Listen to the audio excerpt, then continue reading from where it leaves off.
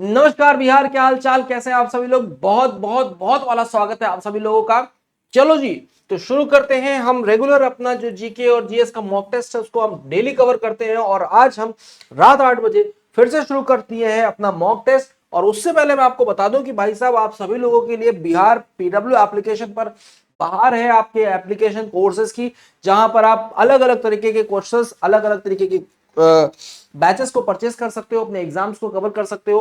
किसी भी बैच को लेने में, किसी भी कोर्स को पढ़ने में, किसी भी पेपर को समझने में दिक्कत हो रही है तो आप मुझे यहां कनेक्ट कर सकते हो अंकित द्विवेदी सर पीडब्ल्यू पर, और यहां मैं आपको मिल जाता हूं। ये हमारा टेलीग्राम है, ऑफिशियल टेलीग्राम है, यहां पर आप मुझे कनेक्ट कर सकते हैं।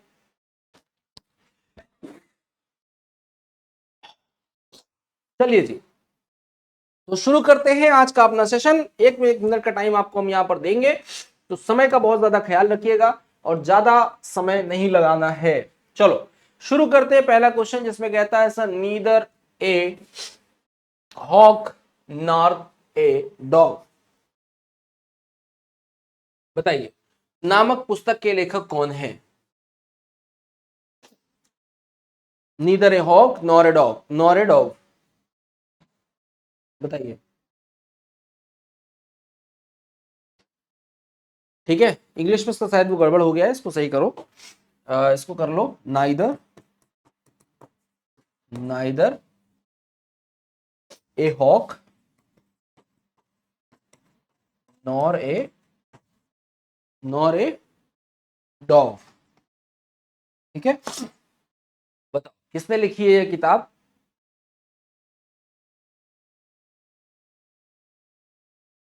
ये पाकिस्तान के फॉरेन पॉलिसी पर एक किताब लिखी गई है। ठीक है, पाकिस्तान के पूर्व विदेश मंत्री हैं जिसने लिखी है ये किताब, और इसका प्रकाशन 2015 में हुआ था। महमूद कसूरी ने लिखी है, खुर्शीद महमूद कसूरी ने लिखी है। या पाकिस्तान के पूर्व विदेश मंत्री भी रह चुके हैं। ठीक है, फॉरेन मिनिस्टर भी रह चुके हैं, पूर्व विदेश मंत्री रह चुके हैं, पूर्व विदेश मंत्री रह चुके हैं। और इसको लिखा इन्होंने 2015 में। ठीक है, 2015 में इन्होंने इसको लिखा है। चलो अगला सवाल आ जाओ।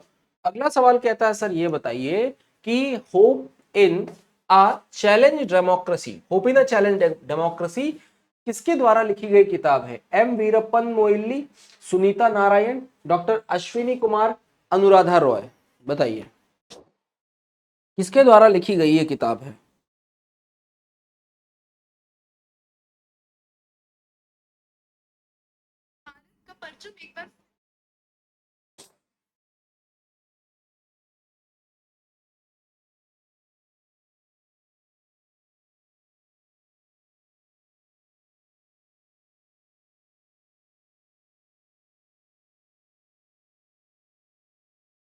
बताइए।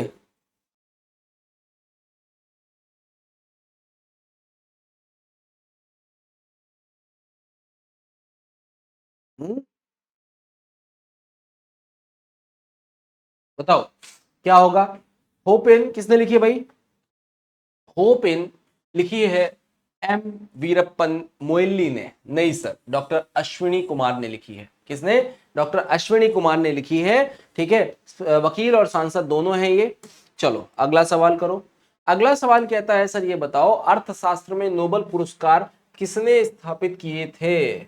अभी आपने देखा कि हाल ही में हमारे यहाँ नोबेल पुरस्कार, हमारे यहाँ क्या मतलब, नोबेल पुरस्कार का वितरण हुआ।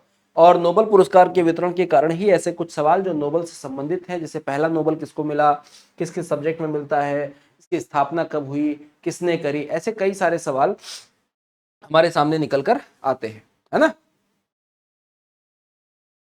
बताइए अर्थशास्त्र में नोबेल पुरस्कार किसने स्थापित किए थे।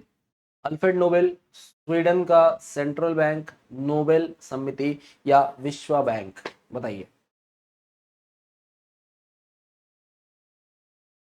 बताओ बेटा।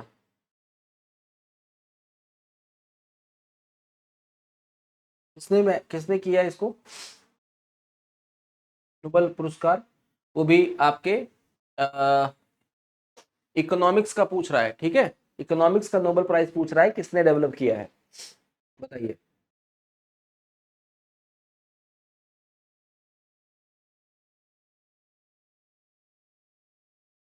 देखो आधे सारे बच्चे, ज्यादातर बच्चे आप लगा रहे हो अल्फ्रेड नोबेल। बाबू समझो, ये पूछ रहा है अर्थशास्त्र में नोबेल पुरस्कार किसने स्थापित किए, तो ये किया है आपका स्वीडन का सेंट्रल बैंक। स्वीडन के सेंट्रल बैंक ने 1968 में, ठीक है, 1968 में अपने 300वें स्थापना दिवस के अवसर पर क्या किया, इसकी स्थापना करी हुई है। ठीक है, तो ये ध्यान रखिएगा कि अल्फ्रेड नोबेल ना होकर के स्वीडन के सेंट्रल बैंक ने इकोनॉमिक्स में आपके नोबेल पुरस्कार की बात यहां पर बोली है। चलो अगला क्वेश्चन आ जाओ। सितंबर 2025 में किस G7 देश ने फिलिस्तीन को कंट्री की मान्यता दे दी? कंट्री की मान्यता दे दी, उन्होंने बोला कि भाई हम इनको देश मानते हैं, देश की मान्यता हम इनको देते हैं, हम कंसीडर करते हैं एज अ कंट्री इनको। ठीक है, बताओ इटली, जर्मनी, फ्रांस या फिर जापान? इटली, जर्मनी, फ्रांस या फिर जापान?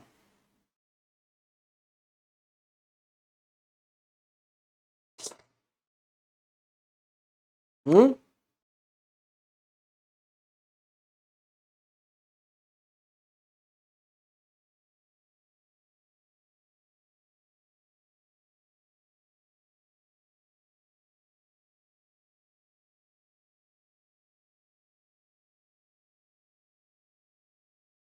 बताइए बेटा।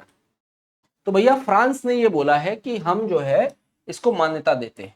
ठीक है, G7 कंट्रीज में से फ्रांस ने अनाउंस कर दिया कि भाई हम फिलिस्तीन को एज अ कंट्री मानते हैं, एज अ कंट्री एक्सेप्ट करते हैं, कोई दिक्कत नहीं है। ठीक, अगला क्वेश्चन आता है, भारत का पहला स्वदेशी फोटोनिक रडार किसने बनाया हुआ है? India's first endogenous photonic radar has been developed by, किसने बनाया है? भारत डायनामिक्स, भारत मोस एरोस्पेयर, ब्रह्मोस एरोस्पेयर, डीआरडीओ या फिर लॉन्सन? किसने बनाया बताइए।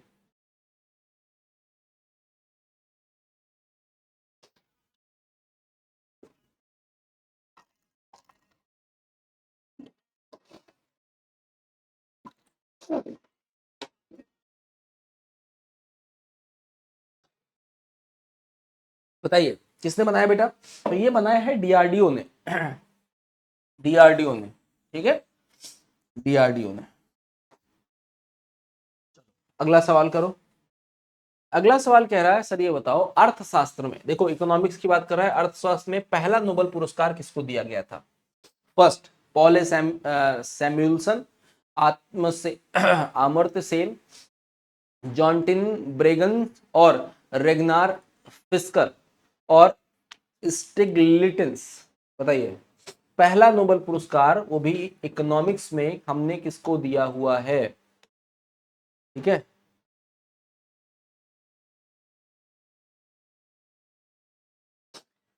अर्थव्यवस्था में गतिकी प्रक्रिया का विकास,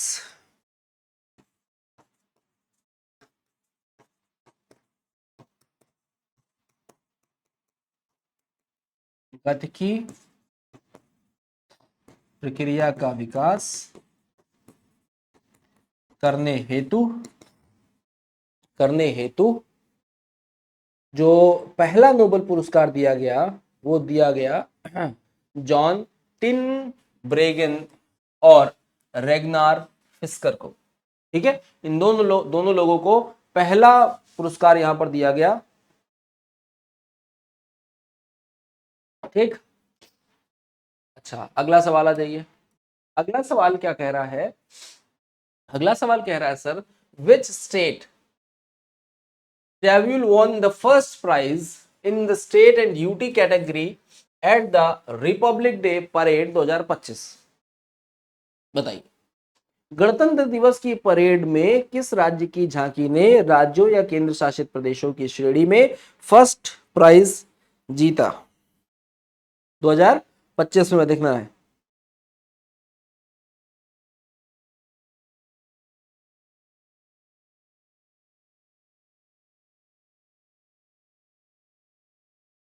बोलो।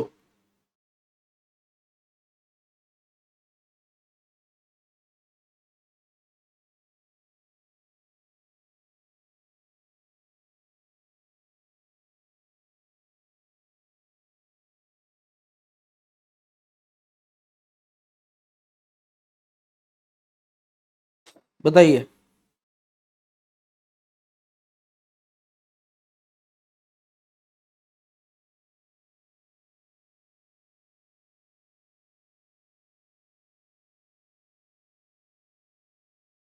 हम्म,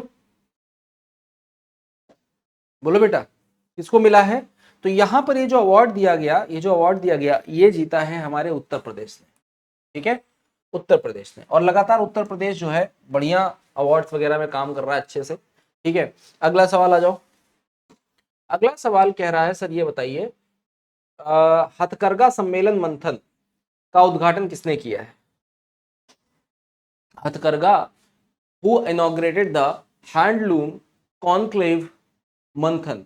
नरेंद्र मोदी, गिरिराज सिंह, पीयूष गोयल, स्मृति ईरानी। देखो स्मृति ईरानी को तो आप क्या कर दो, एग्जिट कर दो, क्योंकि ये तो किसी मंत्रालय में है नहीं इस समय, हमारे मंत्रिमंडल में या काउंसिल ऑफ मिनिस्टर्स में हम देखें तो है ही नहीं स्मृति ईरानी जी। ठीक है, स्मृति ईरानी जी जो है अब बैक ऑन फील्ड आ गई हैं, अब ये टीवी सीरियल्स में दोबारा इन्होंने अपना डेब्यू मार दिया है।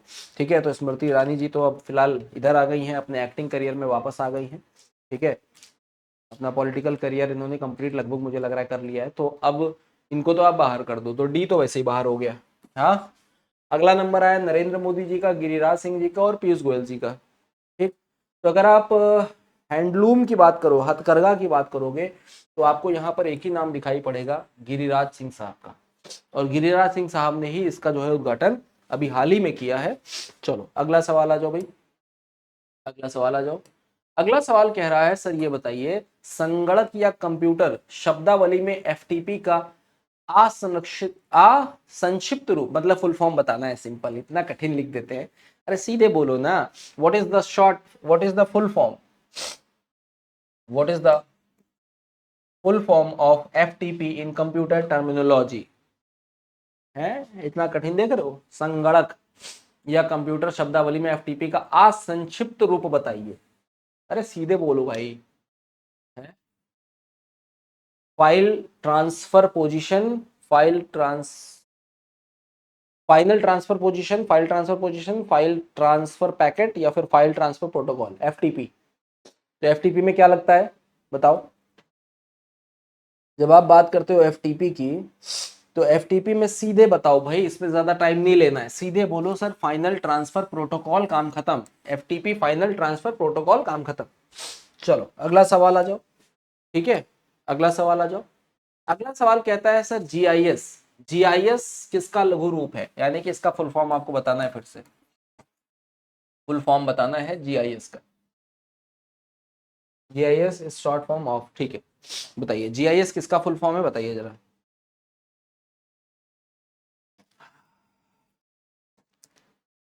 बताइए जीआईएस किसका फुल फॉर्म है? Global institute for silence, geographical in international studies, geographical information system, या फिर ग्लोबल इंफॉर्मेशन सिस्टम? तो देखो जीआईएस की अगर हम बात करें तो ग्लोबल तो नहीं होगा, तो ये भी काट दो, ये भी काट दो।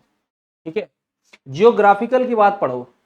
अब देखो जल्दी जल्दी में हम क्या लगा देते हैं, हम जल्दी जल्दी में लगा देते हैं जियोग्राफिकल इंटरनेशनल स्टडीज, तो स्टडीज नहीं करना है इसमें, ये हमारा सिस्टम होता है, इंफॉर्मेशन सिस्टम होता है, जियोग्राफिकल इंफॉर्मेशन सिस्टम होता है।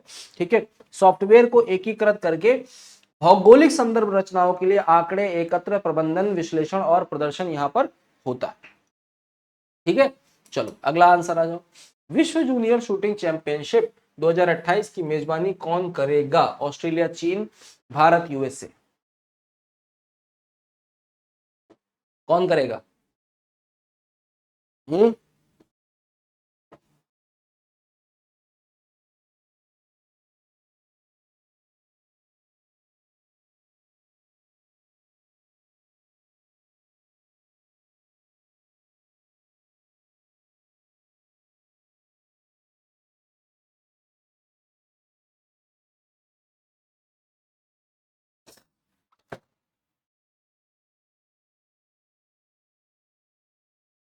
हम्म, बताइए। तो भाई साहब ये होगा ऑस्ट्रेलिया में, कहां पर? ऑस्ट्रेलिया में होगा। कहां पर होगा जी? ऑस्ट्रेलिया में। तो जिसका भी आंसर ए है, परफेक्ट है। अगला सवाल, अगला सवाल कहता है sir AI action summit, AI action summit 2025, इसकी मेजबानी कौन सा शहर करेगा? न्यूयॉर्क, पेरिस, जिनेवा, टोक्यो, बताइए।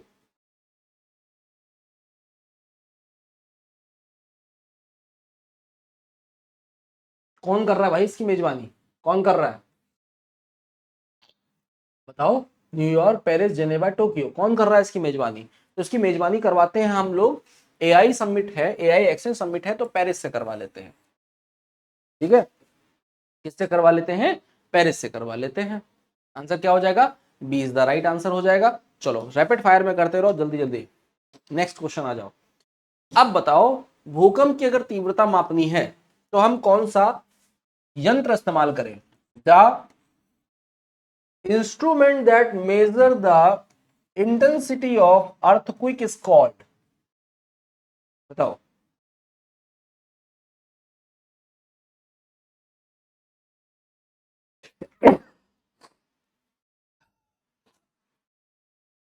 बताओ बेटा, भूकंप की तीव्रता मापने वाले यंत्र को हम क्या बोलते हैं? इंडियोग्राफी, पेंटाग्राफ, आर्गोग्राफ, सिस्मोग्राफ, क्या बोलते हैं इसको?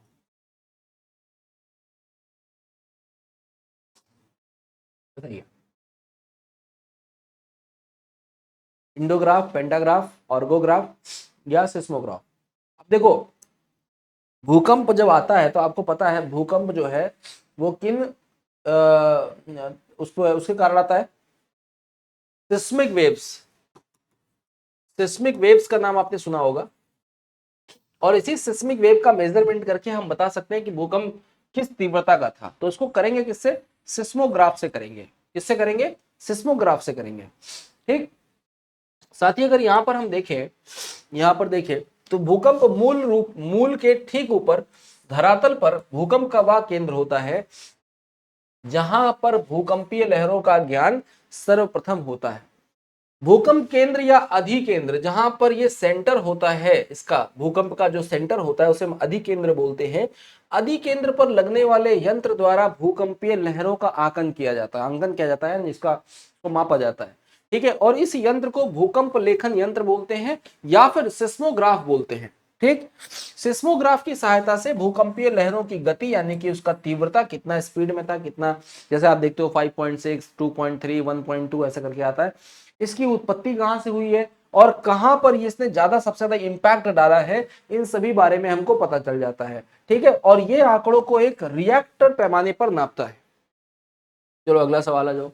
संघ लोक सेवा आयोग अखिल भारतीय सेवा कार्मिकों का बर्खास्त करता है, निर्वाचन करता है, चयन करता है, नियुक्ति करता है। Union public service commission of all India services जो पैनल होता है वो क्या करता है?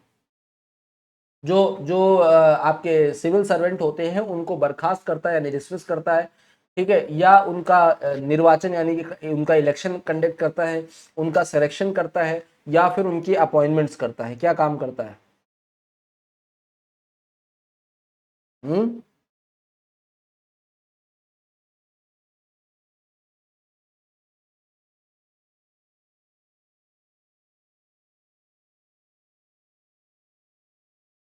हम्म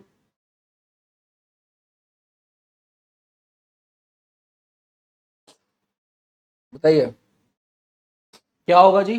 तो भैया, ना तो इनको ये बर्खास्त करते हैं, ना तो इनका इलेक्शन होता है, और ना ही इनको नियुक्त किया जाता है। इनका चयन किया जाता है, इनका सिलेक्शन होता है। ठीक है, क्या होता है? इनका सिलेक्शन होता है। ये हम पेपर देते हैं, इंटरव्यू देते हैं, फिर जाकर के कहीं सेलेक्ट होते हैं।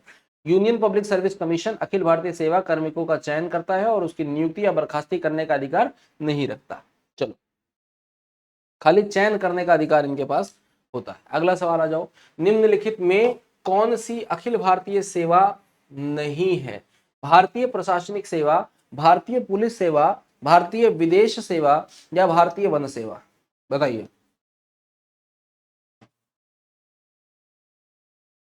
हम्म अखिल भारतीय सेवा नहीं है, ऑल इंडिया सर्विस नहीं है। प्रशासनिक सेवा, पुलिस सेवा, विदेश सेवा, वन सेवा। Indian foreign service, forest service, police service, बताइए।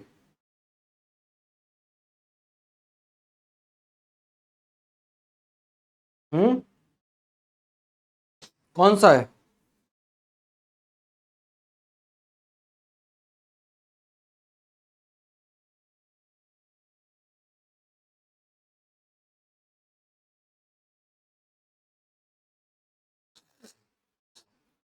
भाई देखो, इसको हम बोलते हैं आईएएस।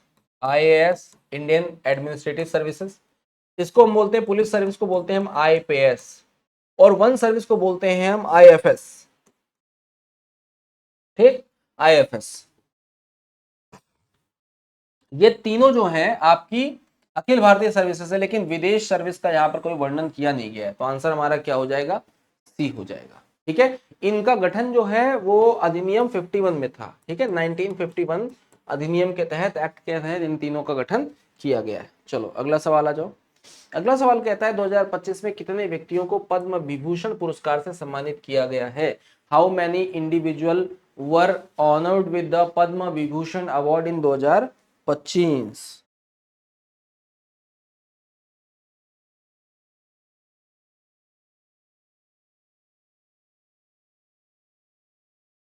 बताइए।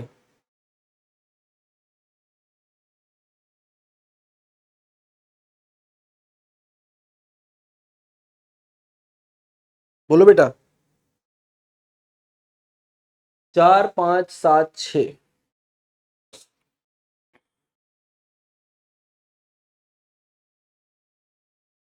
बताओ। अच्छा, टोटल यहां पर अवार्ड आप बता पाओगे? टोटल जैसे 3 प्रकार के अवार्ड देते हैं ना ये लोग, पद्मश्री, पद्म विभूषण और पद्म भूषण। पद्म भूषण।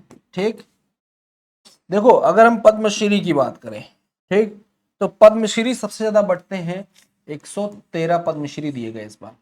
ठीक, अगर हम बात करें पद्म विभूषण की या पद्म भूषण की, तो पद्म भूषण हमारे हैं, हमसे क्या पूछा है? विभूषण पूछा है ना। हाँ, पद्म भूषण बटे हैं हमारे 19 और पद्म विभूषण बटे हैं 7, तो पद्म विभूषण 7 हमारा आंसर हो गया।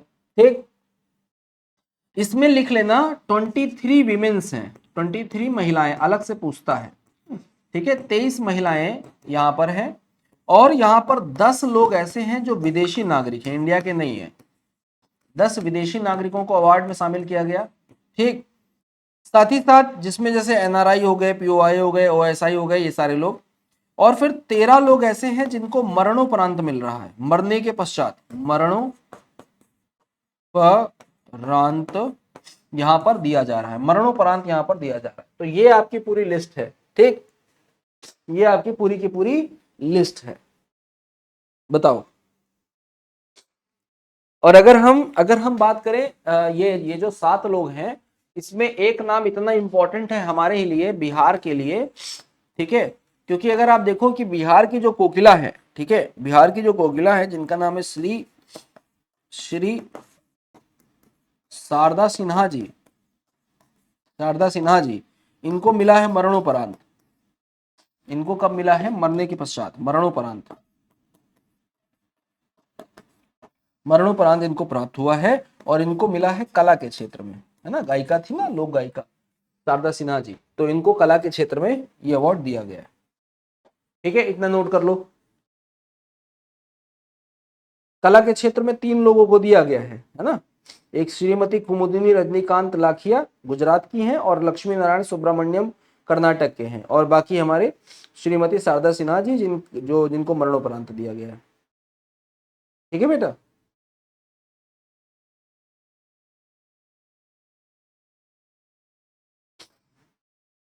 डन।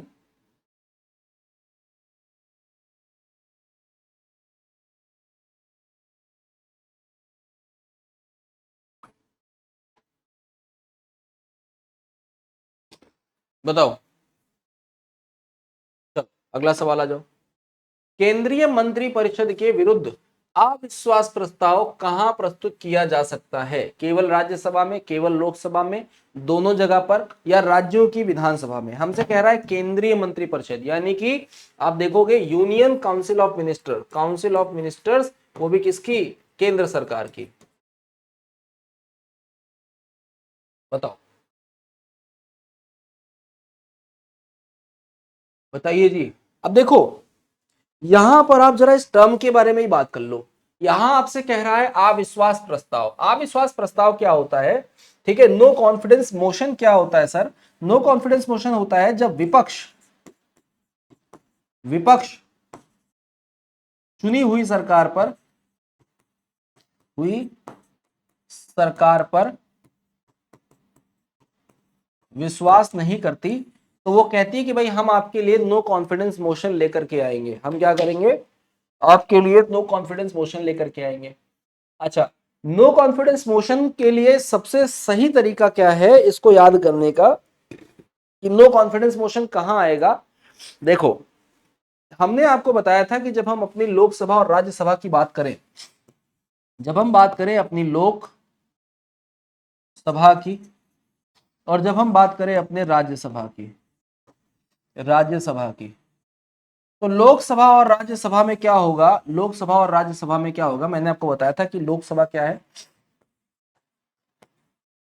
अस्थायी सदन है, और राज्यसभा क्या है? स्थायी सदन है। स्थायी सदन है, बहुत ध्यान से समझना। लोकसभा को क्या किया जाता है? विघटित किया जा सकता है, विघटित किया जा सकता है, लेकिन इसका विघटन नहीं होता, इसका विघटन नहीं होता। क्यों? क्योंकि भैया वो ये स्थायी सदन है ना। इनका इलेक्शन, इनका जो कार्यकाल होता है, इनका जो इलेक्शन होता है, हर 5 साल बाद कराना होता है, मैंडेटरी होता है। अगर सरकार 5 साल चल जाती है तो 5 साल के बाद, और नहीं तो बीच में कहीं गिर गई तो बीच में कराना पड़ेगा। इनका कार्यकाल 6 साल का होता है। कितना? 6 ईयर्स का होता है, 6 साल का होता है। और 6 साल में भी अगर आप देखोगे तो हर दूसरे वर्ष, हर 2 वर्षों में 1/3 लोग यहां से रिटायर होते हैं। अब हमसे कह रहा है कि हम नो कॉन्फिडेंस मोशन लाना चाहते हैं अगेंस्ट काउंसिल ऑफ मिनिस्टर्स। तो जो काउंसिल ऑफ मिनिस्टर्स आपके बैठ रहे हैं, ठीक है, मुख्य रूप से भाई, जब जब सीधी सी बात है, जब ये टूट ही नहीं सकता, तो भैया कॉन्फिडेंस मोशन आप कहां लेकर के आओगे? लोकसभा में लाओगे ना। बोलो, इसका जो कॉन्सेप्ट लेकर के आप आओगे वो लोकसभा में ही आप बात कर सकते हो, और राज्यसभा में नहीं कॉन्फिडेंस मोशन चालू होता। ठीक है, जैसे मनी बिल हो गया। मनी बिल, कोई भी बिल मनी बिल है, तो वो कौन डिसाइड करेगा? वो डिसाइड करने का काम होता है हमारे लोकसभा के सभापति का। वो सभापति डिसाइड करेगा कि कोई बिल मनी बिल है कि नहीं है ना। तो इसी तरह से यहाँ पर जब हम अविश्वास प्रस्ताव की बात करते हैं, तो अविश्वास प्रस्ताव अगर पास हो जाता है, ठीक, अगर अविश्वास प्रस्ताव पास हो जाता है, तो प्रधानमंत्री सहित पूरी की पूरी कैबिनेट अपना इस्तीफा दे देती है, और क्या करती है? हट जाती है सरकार, और जो विपक्ष की सरकार होती है वो सत्ता में आ जाती है। यही होता है। ठीक है, और अगर सत्ता में लाने की पावर नहीं होती तो फिर इलेक्शन कराए जाते हैं, बाई इलेक्शंस होते हैं। बोलो, यहां तक की बात समझ में आ गई? चलो भैया, अगला सवाल करो, अगला सवाल करो। अगला सवाल क्या कह रहा है? जरा जाओ भाई। अगला सवाल कह रहा है, सर 1 वर्ष तक राजस्व एकत्रित करने का प्रस्ताव सरकार किस विधेयक द्वारा करती है? आर्थिक विधेयक, वित्त विधेयक, अनुपूरक विधेयक, या फिर उपयुक्त में से कोई भी नहीं? 1 साल तक टैक्स कलेक्ट करने का जो,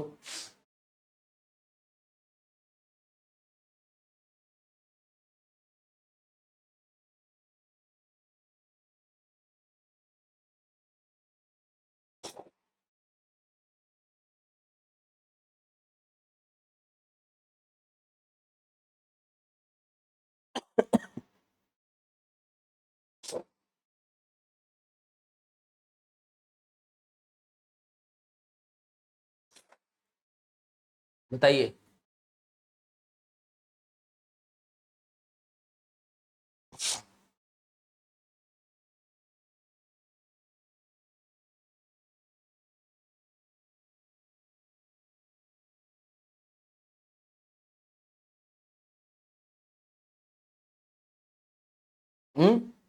बताइए। तो ये जो विधेयक आपका पास होता है बेटा, ये आपका जो है ये होता है वित्त विधेयक में, ठीक है। वित्त विधेयक में हम इसको करते हैं, फाइनेंस बिल में इसको हम डाल देते हैं। देखो, 1 वर्ष तक राजस्व एकत्रित करने का प्रस्ताव सरकार वित्त विधेयक के द्वारा करती है। आर्टिकल 112 के अंतर्गत वार्षिक वित्त विवरण संबंधी उपबंध दिए गए हैं, जिसमें बजट, सामान्य बजट नाम से भी इसे संबोधित किया जाता है, और यह एक वित्तीय वर्ष 1 अप्रैल से 31 मार्च के लिए इसको लगाया जाता है, जिसमें हम अनुमानित खर्चा और हमारी बजट, मतलब जितना हम कलेक्ट करते हैं टैक्स वगैरह, और उसी हिसाब से हम अपने खर्चे को डिजाइन करते हैं, तो वो जो है यहाँ पर आपका माना जाता है। जितेंद्र पाल सिंह को हाल ही में किस देश में भारत का नया राजदूत नियुक्त किया गया है? बताइए। USA, Israel, France, Germany.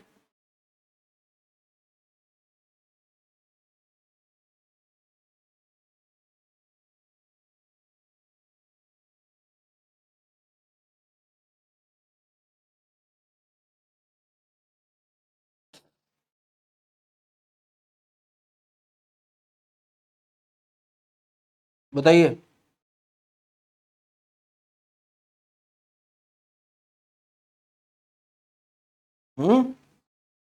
भाई देखो, जितेंद्र पाल क्या नाम है इनका?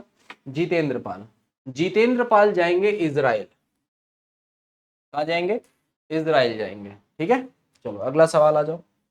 अगला सवाल कह रहा है, सर ये बता दो, संसदीय प्रकार की सरकार की एक प्रमुख विशेषता क्या है? कार्यपालिका का नियत कार्यकाल, कार्यपालिका लोगों के प्रति उत्तरदायी होती है, कार्यपालिका विधानमंडल से अलग होती है, और संसद के प्रति मंत्रिपरिषद का सामूहिक उत्तरदायित्व होता है। बताइए। संसदीय प्रकार की सरकार की एक मेन विशेषता आपको बतानी है, बताइए।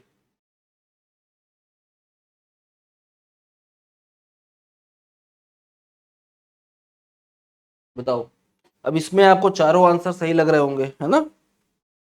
इसमें आपको चारों के चारों आंसर सही लग रहे होंगे, है ना, कि सर यहाँ तो मुझे चारों ही ठीक लग रहे हैं।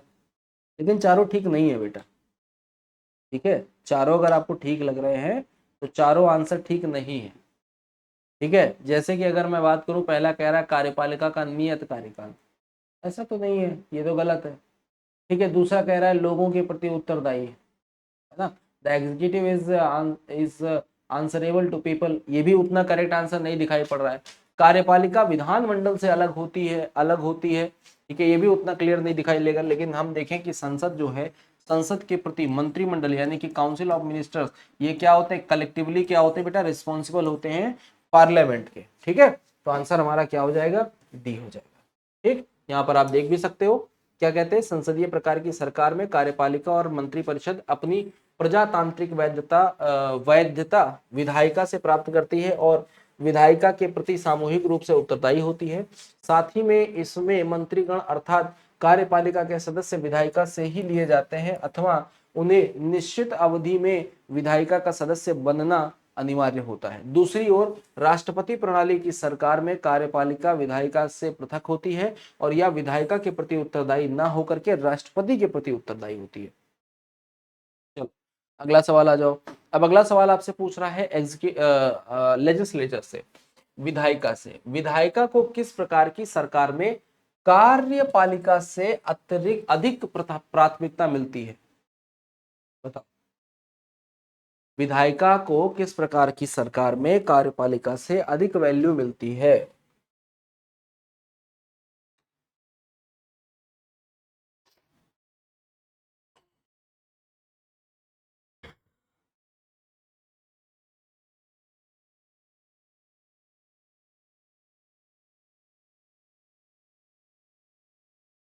बताइए।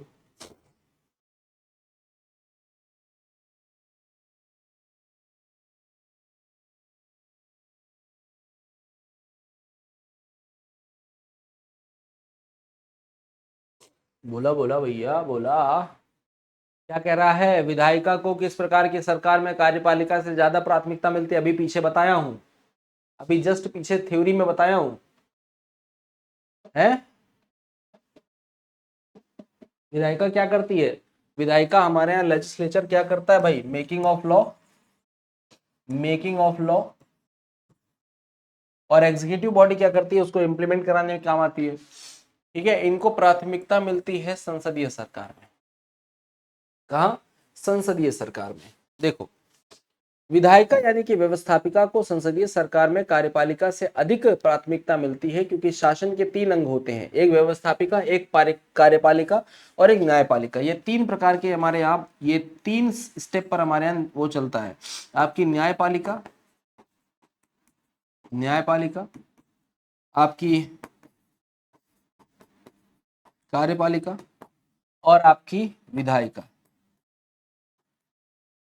विधायिका। ठीक, न्यायपालिका की अगर मैं बात करूं तो न्यायपालिका इन दोनों पर देख नजर रखती है। नजर रखने का मतलब क्या होता है, अगर कोई ऐसा ऐसा नियम बनता है, ऐसा कोई प्रावधान बनता है, तो कार्यपालिका यहाँ पर अपना कार्यपालिका से या विधायिका से कोई ऐसी गलती होती है, कोई ऐसा काम होता है जिस पर ये किसी का फंडामेंटल राइट वायलेट कर दे या कोई ऐसा असंवैधानिक प्रावधान बना दे, तो न्यायपालिका इनको क्या करती है, बताती है भाई गलत कर दिया आपने, सही कर लो।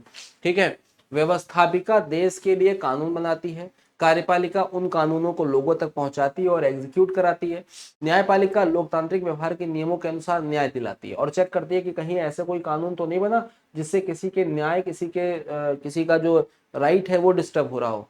संसदीय शासन प्रणाली में व्यवस्थापिका का कार्यपालिका पर प्रत्यक्ष नियंत्रण होता है और मंत्रिमंडल व्यवस्थापिका के प्रति उत्तरदायी रहता है। ऐसा शासन प्रणाली में व्यवस्थापिका का स्थान सरकार के अन्य विभागों से अपर पे होता है।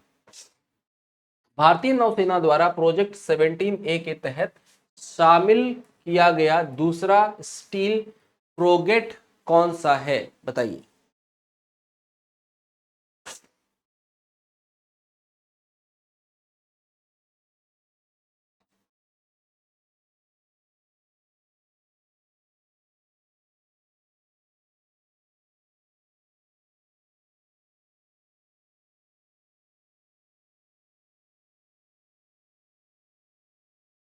बताइए।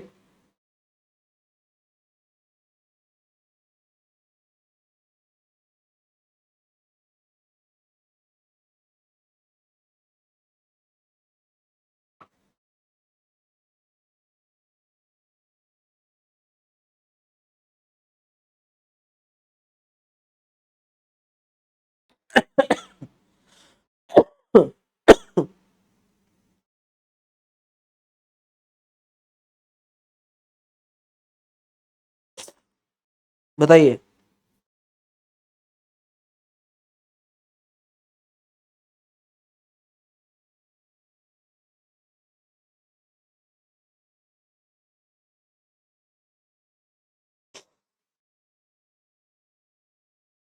बताओ बेटा।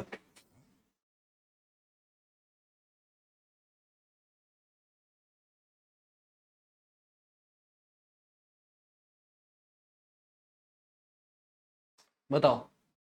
देखो, नौसेना का जो प्रोजेक्ट है 17A, ठीक है, ये इन्होंने स्टार्ट किया है और आंसर आपका बी हो जाएगा। ठीक है, चलो अगला क्वेश्चन आ जाओ। अगला क्वेश्चन कहता है सर, राष्ट्रीय चिकित्सा आयोग का नया अध्यक्ष अभी हाल ही में किसे बनाया गया है? सौम्या स्वामीनाथन, अभिजीत सेठ, हर्षवर्धन, रणदीप गुलेरिया। बताओ किसे बनाया गया है, किसे बनाया गया है? सौम्या स्वामीनाथन, बी अभिजीत सेठ, हर्षवर्धन, रणदीप गुलेरिया। काफी परिचित नाम है, आप लोग जानते भी हैं, इसको सुना भी है आप लोगों ने कई बार। ठीक है, राष्ट्रीय चिकित्सा आयोग, the new chairperson of national medical commission. बताओ।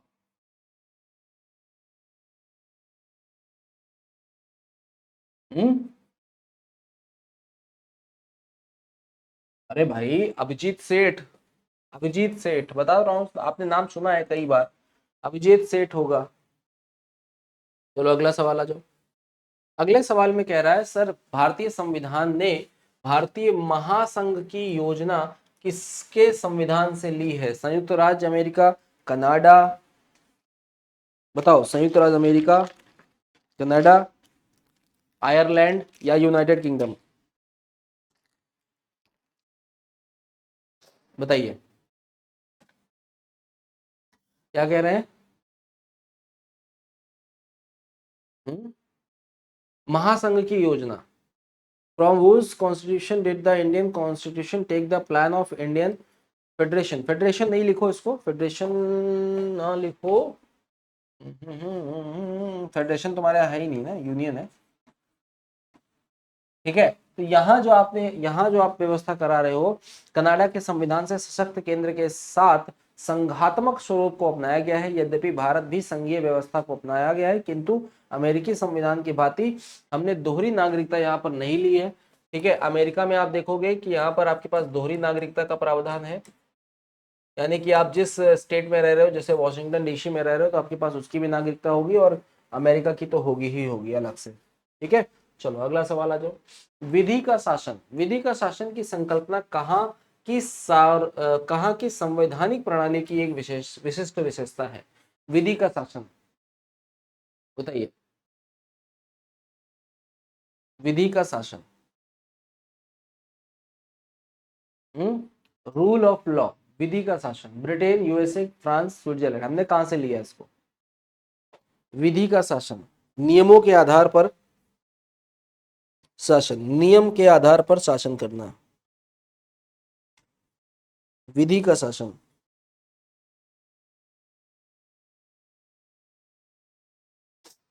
हम्म, बताओ। विधि का शासन, तो विधि के शासन की बात अगर मैं करूं तो ब्रिटेन, यूएसए, फ्रांस, स्विट्जरलैंड। अगर हम विधि के शासन की बात करें तो कहीं ना कहीं ये ब्रिटेन से हमने उठाया, और यहाँ की संवैधानिक प्रणाली की एक विशिष्ट विशेषता यही थी। ठीक, अगर हम यहाँ पर देखें तो भैया विधि की सर्वोच्चता इंग्लैंड के संस्थाओं की प्रधान विशेषता है। और विधि के शासन का सीधा अर्थ यह है कि इंग्लैंड में विधि का शासन है, ना कि किसी व्यक्ति की निरंकुश इच्छा है। कोई भी व्यक्ति चाहे कितनी भी उच्च पदों पर हो, कितने भी ऊंचे पोस्ट पर बैठा हो, आप ये नहीं कर सकते कि जो है वो लॉ को क्या करे, लॉ से बाहर हो, वो लॉ के अंदर है। जैसे हमारे यहाँ भी क्या है भाई, राष्ट्रपति सर्वोच्च पद पर बैठा है, लेकिन वो भी नियमों के अंदर है। ठीक है, ऐसा नहीं कि हम किसी भी व्यक्ति को इस गोले के बाहर यहाँ बैठाए कि जो चाहे वो कर दे, ऐसा नहीं कर सकते। ठीक है, विधि की दृष्टि में सभी नागरिक समान होंगे, चाहे वो राष्ट्रपति हो, चाहे वो मुख्यमंत्री हो, चाहे वो गवर्नर हो, चाहे वो प्रधानमंत्री हो, चाहे वो गांव का कोई गरीब व्यक्ति हो। ये बात एकदम फिक्स बोली गई है विधि के शासन में। ठीक, चलो अगला क्वेश्चन बताओ। अगला क्वेश्चन बताओ।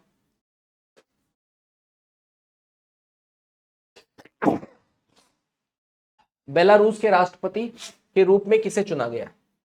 Michel Martin, François Bayrou, Alexander Lukashenko, या इसमें से कोई भी नहीं?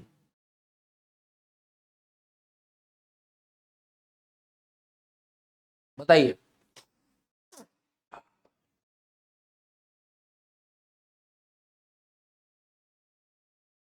तो भाई साहब अगर आप देखोगे, बेलारूस बेलारूस के राष्ट्रपति के रूप में चुना गया है अलेक्जेंडर लुकाशेंको।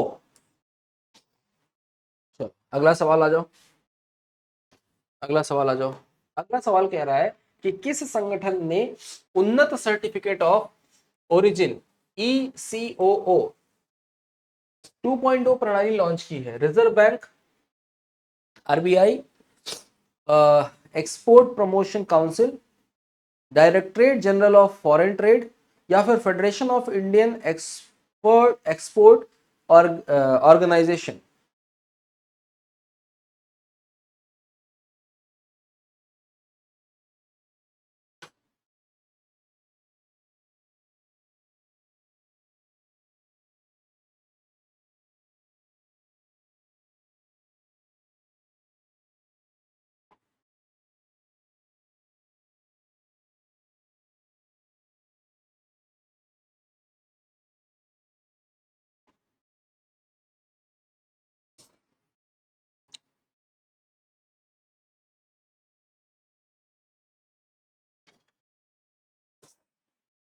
बताओ।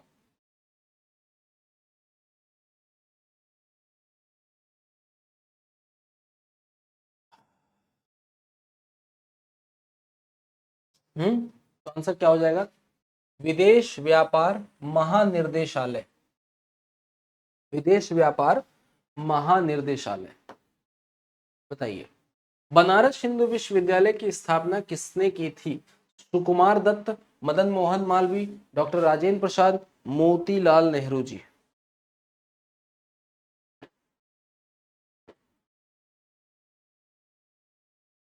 बताइए, बनारस हिंदू विश्वविद्यालय की स्थापना किसने करी थी? तो भैया मदन मोहन मालवीय, महामना महामना मदन मोहन मालवीय जी। ठीक, चलो अगला सवाल आ जाओ। अगला सवाल कहते हैं, दी गई घटनाओं को उनके कालानुक्रम अनुसार लगाइए। सिपाही विद्रोह, वास्को डी गामा भारत पहुंचा, बाबर द्वारा मुगल साम्राज्य की शुरुआत। बताना है आपको ये इसका क्रम क्या बनेगा। इसका जो क्रम है वो क्या बनेगा?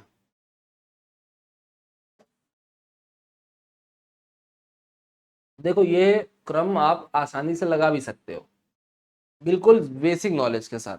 करो एक बार आप, फिर मैं बताता हूँ। करो, एकदम बेसिक नॉलेज के साथ आप इसको लगा सकते हो, उसको कोई दिमाग नहीं लगाना पड़ता। ठीक है, इसमें कोई आपको दिमाग लगाना नहीं पड़ेगा। पूछो क्यों? पूछो। देखो, वास्को डिगामा सबसे पहले भारत आएगा ना 1498 में, याद है कि नहीं? वास्को डिगामा अपनी गाड़ी निकालता है और गाड़ी निकाल के चल देता है 1498 में, नदी में अपनी बोट उतारता है और निकल लेता है। तो पहले तो वास्को डिगामा आया भारत। अब देखो, यहाँ पर केवल एक ही ऑप्शन में वास्को डिगामा भारत आया है, तो सी is the right answer.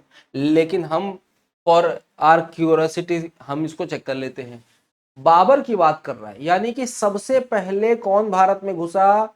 Babar को आमंत्रण दिया गया कि भाई भारत आ जाओ और हमारी सहायता करो और हमको जो है सत्ता पे बैठा दो और फिर तुम चले जाना। बाबर कहता है ठीक है बेटा, आता हूं अभी। बाबर आता है 1526 में, ठीक, और सबको निपटा देता है और फिर जो है अपना मुगल सत्ता को भारत में स्थापित कर देता है। बताओ, ठीक है। और अगर हम बात करें सिपाही विद्रोह, तो भैया सिपाही विद्रोह आप लोग जानते ही हैं 1857 ईस्वी में। ठीक है, आंसर हमारा क्या हो जाएगा? सही हो जाएगा दूसरा तीसरा पहला, दूसरा तीसरा पहला, दूसरा तीसरा पहला। चलो अगला सवाल करो।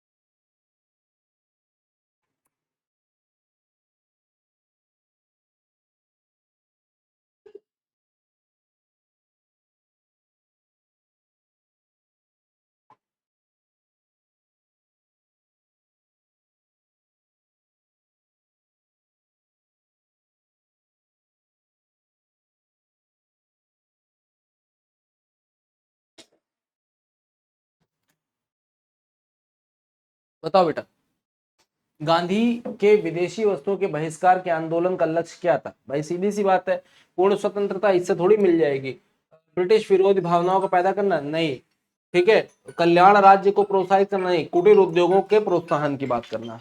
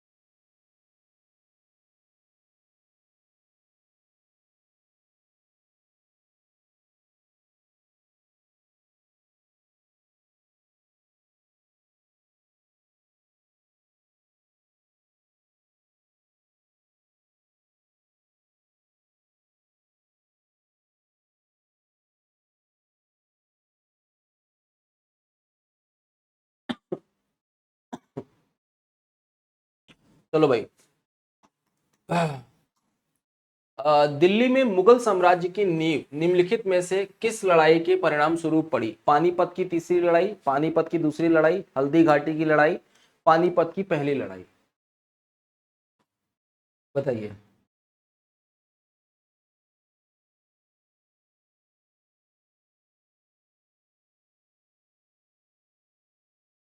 बताइए, पानीपत की तीसरी लड़ाई, पानीपत की दूसरी लड़ाई, हल्दी घाटी की लड़ाई और पानीपत की पहली लड़ाई। मुगल साम्राज्य की नींव कौन रखता है? आप अगर आपने ध्यान दिया हो तो पानीपत की पहली लड़ाई के बाद भारत में मुगल शासन की नींव पड़ी।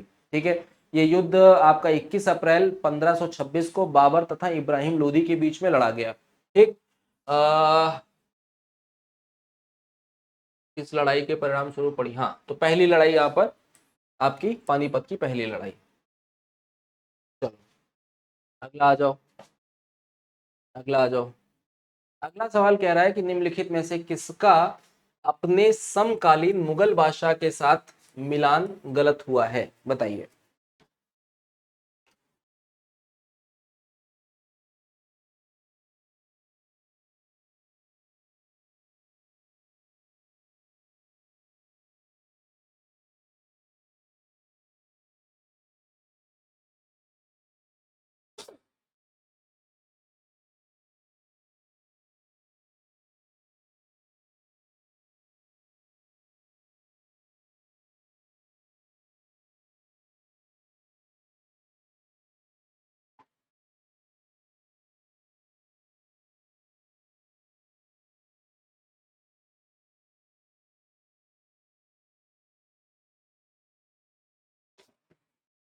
बताइए कौन सा गलत है? तो यहाँ जो गलत है बेटा, ये पृथ्वीराज चौहान और अकबर, ये गलत है। ठीक है, पृथ्वीराज चौहान और अकबर का गलत है। देख लो यहाँ पे, लास्ट क्वेश्चन है आज का। पृथ्वीराज चौहान 12वीं शताब्दी का शासक था जिसने मोहम्मद गौरी से तराइन के 2 युद्ध लड़े थे। अतः विकल्प बी सुमेलित नहीं है, जबकि अन्य विकल्प सुमेलित है। ठीक है, चलो बाकी क्वेश्चन आप लोगों को करने हैं। आप लोग इसको एक बार अटेंड करके देखिएगा कितने क्वेश्चन आप कर पाते हैं। इसमें काफी क्वेश्चन मैंने आपके लिए छोड़ रखे हैं। ठीक है, बिहार में आप किसी भी पेपर की तैयारी कर रहे हो, बिहार में आप किसी भी एग्जाम की तैयारी कर रहे हो, तो आपके लिए एप्लीकेशन पर बैचेस प्रॉपर चल रहे हैं, है ना, बढ़िया रनिंग बैचेस चल रहे हैं, एकदम न्यू फ्रेश बैचेस आप लोग के लिए। तो आप लोग इनमें से किसी भी बैच में जिस भी पेपर की आप तैयारी करो, और जिस भी पेपर की तैयारी करो, आप पीडब्ल्यू एप्लीकेशन पर एक बार जाकर के पीडब्ल्यू एप्लीकेशन पर एक बार जाकर के बिहार एग्जाम वाला में जाकर के अपने बैचेस को चेक कर लीजिएगा। ठीक है, साथ ही साथ अगर किसी भी प्रकार की समस्या आपको दिखाई पड़ती है, सामने आती है, तो आप मुझे कनेक्ट कर सकते हैं अंकित द्विवेदी सर, पीडब्ल्यू। ठीक है, चलिए तो आज के लिए रखते हैं इतना ही। फिर आपसे मुलाकात करेंगे कल सुबह 10 बजे से 11 बजे लाइब्रेरी साइंस वाली क्लास में। Till then tata bye bye, thank you so much, जय हिंद, जय भारत।